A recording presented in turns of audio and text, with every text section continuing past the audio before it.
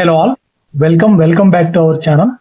ఈరోజు మనం షేర్స్ని ప్రీమియంకి ఇష్యూ చేసినప్పుడు ఏ విధంగా జర్నల్ ఎంట్రీస్ రాయాలనేది చూద్దామండి.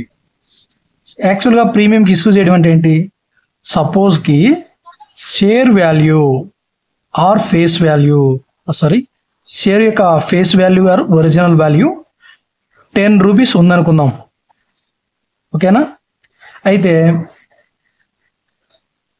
కంపెనీ వాళ్ళు ఆ షేర్ని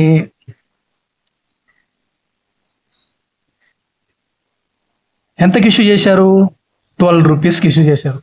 సో ఇక్కడ మనకు 2 రూపీస్ అనేది ప్రీమియం అనమాట. అంటే 10 రూపీస్ వాల్యూ చేసే షేర్ని వాళ్ళు 12 రూపీస్కి ఇష్యూ చేస్తున్నారు. సో దీన్ని మనము షేర్స్ ఇష్యూడ్ అట్ ప్రీమియం అంటాం, ఓకేనా? 2 రూపాయలు ఎక్స్ట్రాగా మనం షేర్ని ఇష్యూ చేసినట్లయితే దాన్ని మనం షేర్స్ ప్రీమియంకి ఇష్యూ చేశారు అని అంటాం, ఓకేనా? అయితే ఈ షేర్స్ని ఇష్యూ చేసేటప్పుడు జర్నల్ ఎంట్రీస్ ఈ విధంగా ఉంటాయి. ఒక కంపెనీకి మంచి పేరు, గుడ్ విల్ బాగుంది, ప్రాఫిట్స్ బాగొస్తున్నాయి అని ఒక పేరు ఉన్నట్లయితే, మంచి సొసైటీలో మంచి పేరు ఉందనుకోండి మీ బిజినెస్కి, మీ కంపెనీకి, అప్పుడు షేర్స్ని ప్రీమియంకి ఇష్యూ చేసే అవకాశం ఉంటుంది, ఓకేనా? స్టార్టింగ్లోనే కంపెనీ పెట్టి మనం ప్రీమియంకి ఇష్యూ చేయాలంటే విషయం చేయలేము. మన కంపెనీ బ్యాలెన్స్ షీట్ కావచ్చు, ప్రాఫిట్స్ కావచ్చు, ఇవన్నీ వాటిని అన్నిటిని కూడా గమనించుకొని ఎక్కువ ప్రాఫిట్స్ వచ్చే మన మీద అయితే మన కంపెనీ మీద నమ్మకం ఉంటుంది. సో అప్పుడు మనం ప్రీమియంకి ఇష్యూ చేసినా కూడా పబ్లిక్ అనే వాళ్ళు పర్చేజ్ చేస్తారు, అవునా?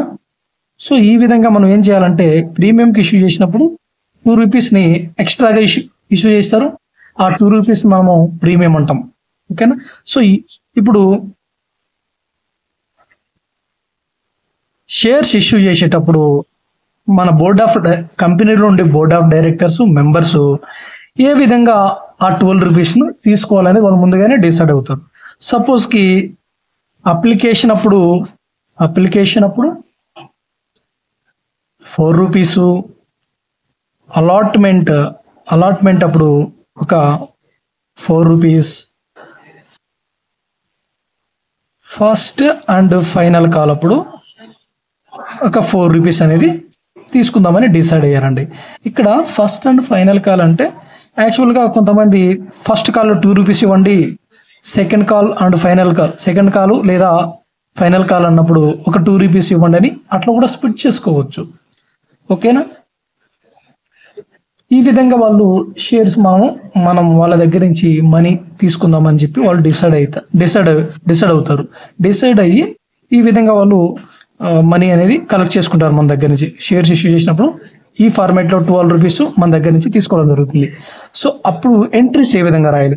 ఈ ప్రీమియం ఏదైతే ఉందో ఈ ప్రీమియము అప్లికేషన్ అప్పుడు తీసుకోవచ్చు, అప్లికేషన్ ఇంక్లూడ్ చేసి తీసుకోవచ్చు, అలాట్మెంట్ అప్పుడు ఆ 2 రూపీస్ ఇంక్లూడ్ చేసి తీసుకోవచ్చు. ఈ రెండిట్లో కూడా మనకు ప్రీమియం అనేది ఇంక్లూడ్ అయి ఉంటుంది. అది అప్లికేషన్ ఫీజు తీసుకునేటప్పుడు కావచ్చు, అలాట్మెంట్ అప్పుడు కావచ్చు. మ్యాక్సిమం ఫస్ట్ అండ్ ఫైనల్ కాల్లో చాలా తక్కువగా అడుగుతారండి ఒక ప్రీమియం అనేది. మ్యాక్సిమం ఈ 2 సిచ్యువేషన్లో తీసేసుకుంటారు. ఇంకా రేర్ కేసెస్లో first and second call, final call అప్పుడు తీసుకుంటారు, ఓకేనా?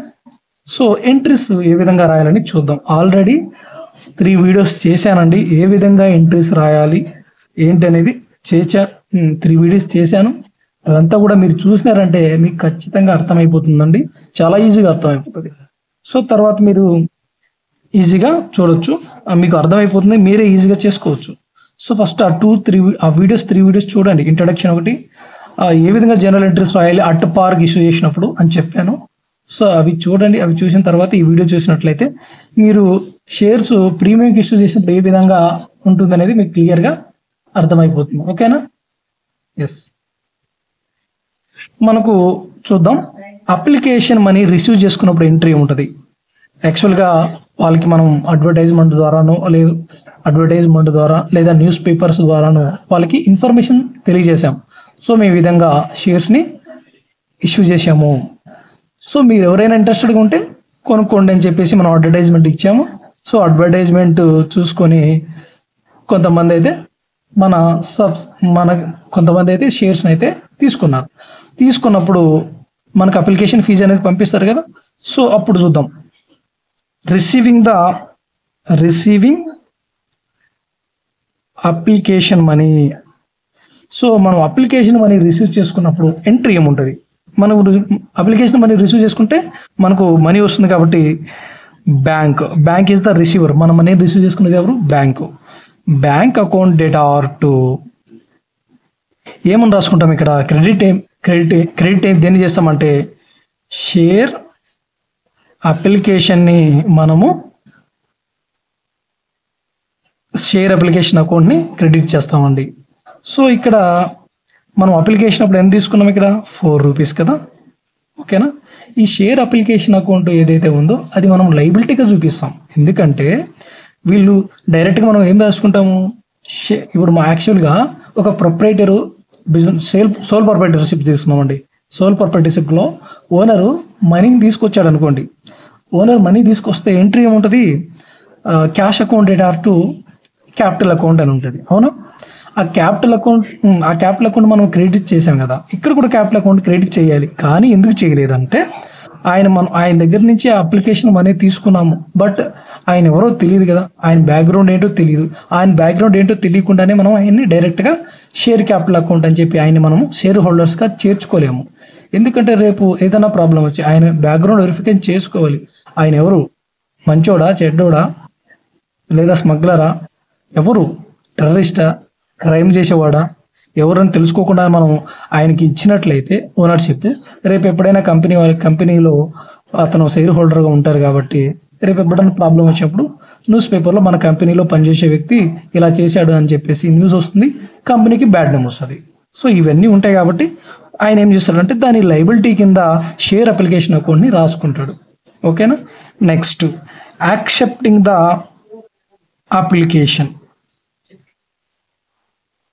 అప్లికేషన్ని యాక్సెప్ట్ చేసినప్పుడు ఎంట్రీ ఏమొస్తుందండి? షేర్ అప్లికేషన్ అకౌంట్ డేటా టు షేర్ క్యాపిటల్ అకౌంట్, అవునా.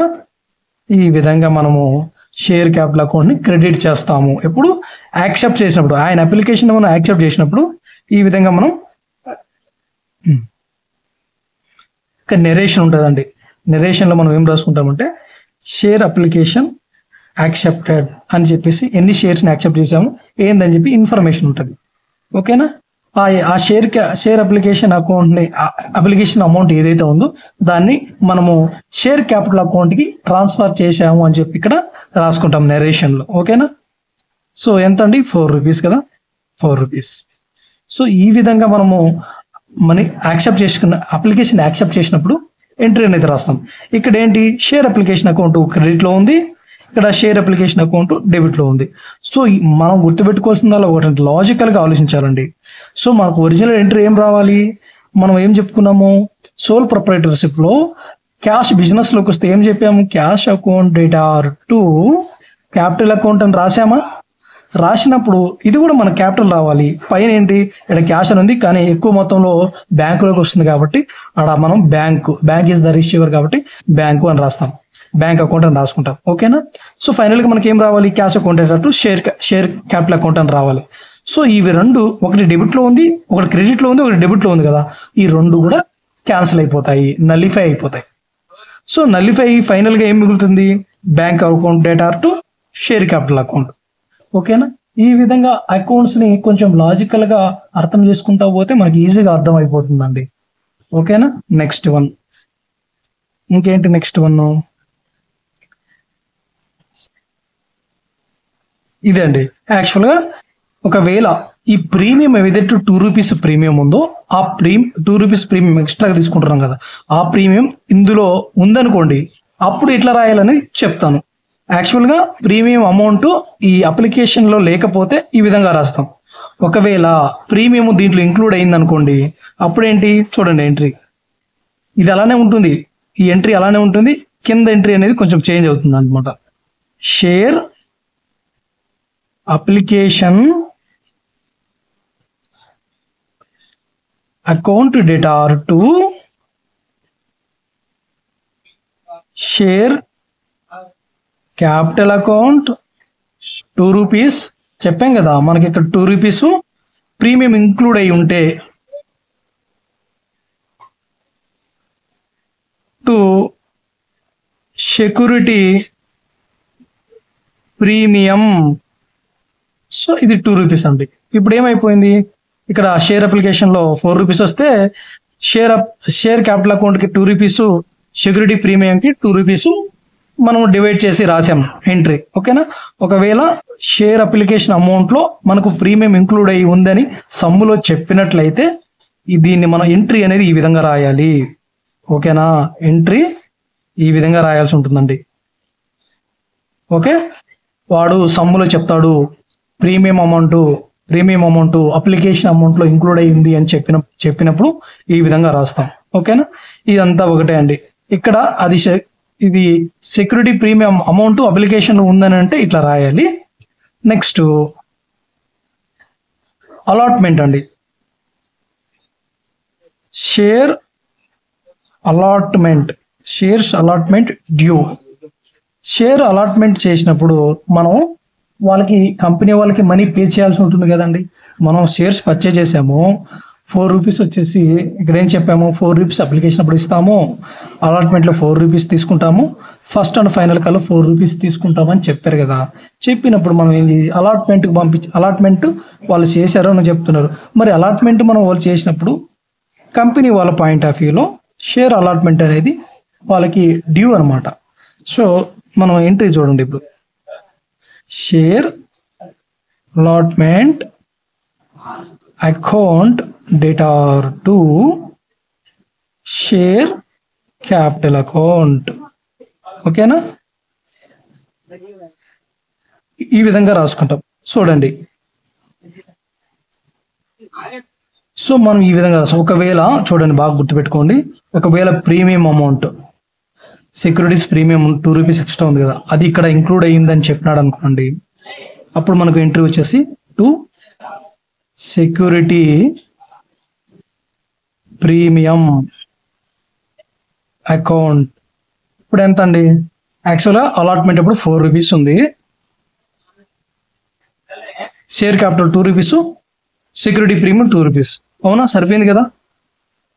ఈ అలాట్మెంట్లో ప్రీమియం ఇంక్లూడెడ్ షేర్ అలాట్మెంట్ అని ఇచ్చారనుకోండి, premium included in share allotment అని ఇచ్చితే అప్పుడు షేర్ అలాట్మెంట్ అకౌంట్ డేటా to share capital account 2 rupees, securities premium account 2 rupees అని మనం ఇక్కడ చూపిస్తాం అనమాట. అయితే ఒకవేళ షేర్ అలాట్మెంట్ మనీ రిసీవ్ చేసుకున్నాం అనుకోండి, share allotment money received by company అనుకోండి, అప్పుడేంటి, bank account debtor to share allotment account. ఈ విధంగా మనము మనీ అనేది రిసీవ్ చేసుకుంటాం. ఓకేనా అండి. ఈ విధంగా ఎంట్రీస్ రాయాలి. అర్థమైంది కదా అందరికీ. ఇంకా నెక్స్ట్ ఏంటి, మీ అందరికి తెలుసు, first and final call due ఉంటే మనం ఏ విధంగా రాసుకుంటాం చూద్దాం. Next first and final call ఎంత ఉంది, 4 రూపీస్ కదా. అప్పుడు due first and final call మనం పే చేయాల్సి ఉంది. So due first and final call due, first and final call due అని పెట్టుకుంటాం. అప్పుడు ఎంట్రీ ఏమొస్తుందంటే first and final call account debtor to share capital account అని చెప్పి ఇట్లా రాసుకుంటామండి. అవునా. మనము ఈ first and final amount receive చేసుకుంటే అప్పుడేంటి, received first and final call amount, అప్పుడేమి ఎంట్రీ వస్తుంది, బ్యాంక్ అకౌంట్ డేటార్ టు, ఇక్కడేంటి ఫస్ట్ అండ్ ఫైనల్ కా అమౌంట్ రిసీవ్, ఇక్కడ డ్యూ ఉంది, first and final call due ఉన్నప్పుడు ఎంట్రీ ఏంటి, first and final call account debtor to share capital account అని చెప్పేసి మనం రాసుకున్నామండి. ఓకేనా. 4 రూపీస్. సో మనకు మనీ రిసీవ్ చేసుకున్నాం కదా, bank account debtor to first and final call account అని చెప్పేసి రాసుకుంటాం. ఇక్కడ ఏమవుతుంది, first and final call account అనేది క్యాన్సిల్ అయిపోతుంది. ఫైనల్ గా మనకు డెబిట్ లో బ్యాంక్ అకౌంట్ డేటా టు షేర్ క్యాపిటల్ అకౌంట్ అని చెప్పేసి మనకు ఎంట్రీ అనేది వస్తుంది. ఇక్కడ ఫస్ట్ అండ్ ఫైనల్ కాల్ అనేటివి క్యాన్సిల్ అయిపోతాయి. ఎందుకంటే ఫస్ట్ అండ్ ఫైనల్ కాల్ అంటే ఏంటి, మనీ వస్తుంది, మనకు మనీ వచ్చేది ఉంది, షో డ్యూ, మనకు ఎవరన్నా బాకీ ఉన్నారు, మనం ఏం చేస్తామండి, వాళ్ళని డెబిట్ చేసుకుంటాంగా. సో అందుకని డెబిట్ చేసాము, వాళ్ళు మనీ ఇచ్చేసారు, అప్పుడు ఇక్కడ క్రెడిట్ చేసేసాము. ఫైనల్ గా ఈ డెబిట్ ఈ క్రెడిట్ క్యాన్సిల్ అయిపోతే, నల్లిఫైడ్ అయిపోతే మనకు బ్యాంక్ అకౌంట్ డేటా టు షేర్ క్యాపిటల్ అకౌంట్, మనకు ఫైనల్ గా అదే కదా రావాల్సింది, బ్యాంక్ అకౌంట్ డేటా టు షేర్ క్యాపిటల్ అకౌంట్ అని చెప్పేసి. ఓకేనా, మనకు ఫైనల్ గా రావాల్సింది ఈ ఎంట్రీనే కదా. సో ఇప్పుడు ఎంట్రీస్ అనేది ఈ విధంగా రాసుకోవాలండి.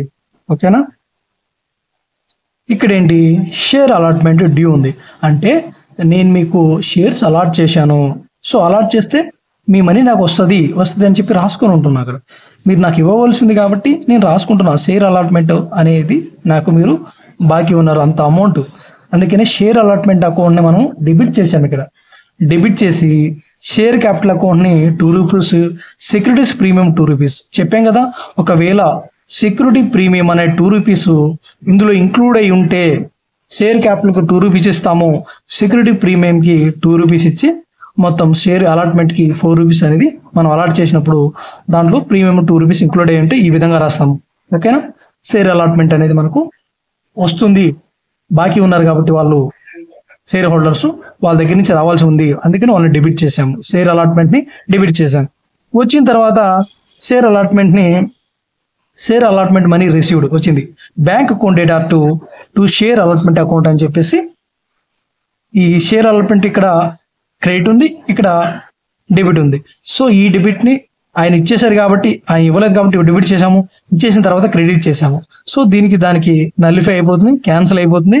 ఇంకా చివరిగా మనకు ఫైనల్గా మనకి ఏం వస్తుంది, బ్యాంక్ అకౌంట్ డేటా to share capital account to securities premium account ₹2. ఈ విధంగా మనం ఎంట్రీ చేసుకోవాలండి. ఈ విధంగా ఎంట్రీస్ రాసుకున్నట్లయితే క్లియర్గా మనకు ఎప్పటికీ మర్చిపోం. ఇంకొకటి, ప్రీమియము, ఈ సెక్యూరిటీ ప్రీమియం ఉంది కదా, ఈ ప్రీమియము ఏ సిచ్యువేషన్లో మనం వాడుకోవచ్చు, మనం మీన్స్ కంపెనీ సెక్యూరిటీ ప్రీమియం అమౌంట్ని సెక్యూరిటీ ప్రీమియం అమౌంట్ని ఏ సిచ్యువేషన్లో మనం కంపెనీ వాడుకోవచ్చు అంటే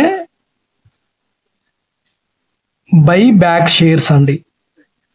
షేర్స్ని మన కంపెనీ యొక్క షేర్స్ని మనం పర్చేజ్ చేసినప్పుడు, ఇంకొకటి షేర్స్ ఇష్యూడ్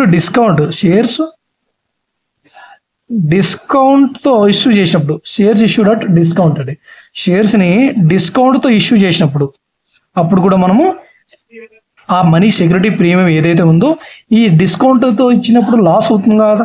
₹10 షేర్ని మనం ₹8కి అమ్మామంటే, ₹10 షేర్ని ₹9కి అమ్మామంటే మనకు లాస్ కదా అది, అవునా కదండి.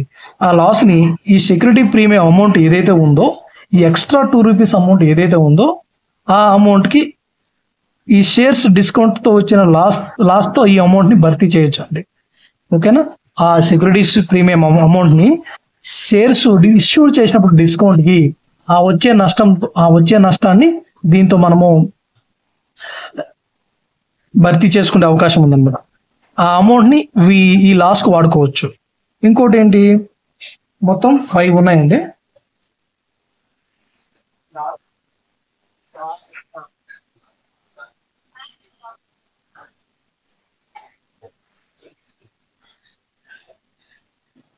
నెక్స్ట్ ప్రిఫరెన్స్ షేర్స్ ఉంటాయండి. ఆ షేర్స్ని రెడెంప్షన్ చేసినప్పుడు, అంటే వాళ్ళ షేర్స్ వాళ్ళకి ఇచ్చేసి తిరిగి మళ్ళీ వాళ్ళకి ఇచ్చేసినప్పుడు మనం 2 years తర్వాత మీ ప్రిఫరెన్స్ షేర్స్కి ఏంటంటే 2 years తర్వాత 3 years తర్వాత మీ మనీ మీకు ఇచ్చేస్తాను అని చెప్పేసి మనం అలా చెప్తాం అనమాట. అలాంటప్పుడు ప్రిఫరెన్స్ షేర్స్ని రెడెంప్షన్ చేసేటప్పుడు యాక్చువల్గా వాళ్ళు ₹10 మన షేర్ కొన్నారనుకోండి, వాళ్ళ షేర్స్ వాళ్ళకి ఇచ్చేటప్పుడు మాకు అంతో ఇంతో ప్రాఫిట్ ఉండాలి కదా వాళ్ళకి కూడా. సో ఒక ₹2 మనం అంటే ₹12కి మనం ₹12 వాల్యూ చేసే షేర్స్ వాళ్ళకి ఇచ్చేసామనుకోండి, ₹10తో వాళ్ళు కొన్నారు, ₹12 లెక్క కట్టి మనం వాళ్ళకి రిటర్న్ చేసామనుకోండి, ఆ 2 రూపీస్ ఏమవుతుందంటే మనకు ఒక విధంగా మనకు 2 రూపీస్ లాసే కదా. ఆ 2 రూపీస్‌ని ఈ సెక్యూరిటీ ప్రీమియం అమౌంట్ ఉంటుంది కదా, ఈ సెక్యూరిటీ ప్రీమియం అమౌంట్‌ని ఈ ప్రిఫరెన్స్ షేర్స్‌ని రిడెంప్షన్ చేసినప్పుడు ఈ అమౌంట్ ఏదైతే ఉందో దీనికి వాడుకోవచ్చు. ఇంకొకటి ఫోర్త్ వన్, షేర్స్‌ని ప్రిలిమినరీ ఎక్స్‌పెన్సెస్ ఉంటాయండి. బిజినెస్ స్టార్ట్ చేయకముందు ప్రిలిమినరీ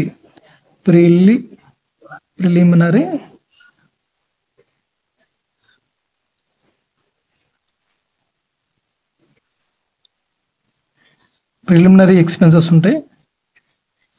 ఆ ప్రిలిమినరీ ఎక్స్‌పెన్సెస్ ఉన్నప్పుడు మనము ప్రిలిమినరీ ఎక్స్‌పెన్సెస్ అంటే ఏం లేదండి. అండ్ ఇప్పుడు బిజినెస్ స్టార్ట్ చేసే ముందల అయ్యే ఖర్చులు ఏదైతే ఉంటాయో వాటిని మనము ఆ కంపెనీ స్టార్ట్ చేయకముందు అయ్యే ఖర్చుల్ని ప్రిలిమినరీ ఎక్స్‌పెన్సెస్ అంటారు. సపోజ్‌కి మన కంపెనీ ఉందనుకోండి, ఎక్కడ పెడితే మన కంపెనీకి మంచి డిమాండ్ ఉంటుంది, సో ఎక్స్పోర్ట్స్కి ఇంపోర్ట్స్కి ప్రాబ్లం లేకుండా ఎక్కువ డిమాండ్ ఉండే ఏరియాలో మన కంపెనీ పెట్టాలని అనుకుంటాం. సో అప్పుడు ఏం చేస్తాం, సర్వే చేయిస్తాం, ఇక్కడ పెడితే మనకు బాగా జరుగుతుందా లేదే మనం సర్వేలు చేయించుకుంటూ ఉంటాం.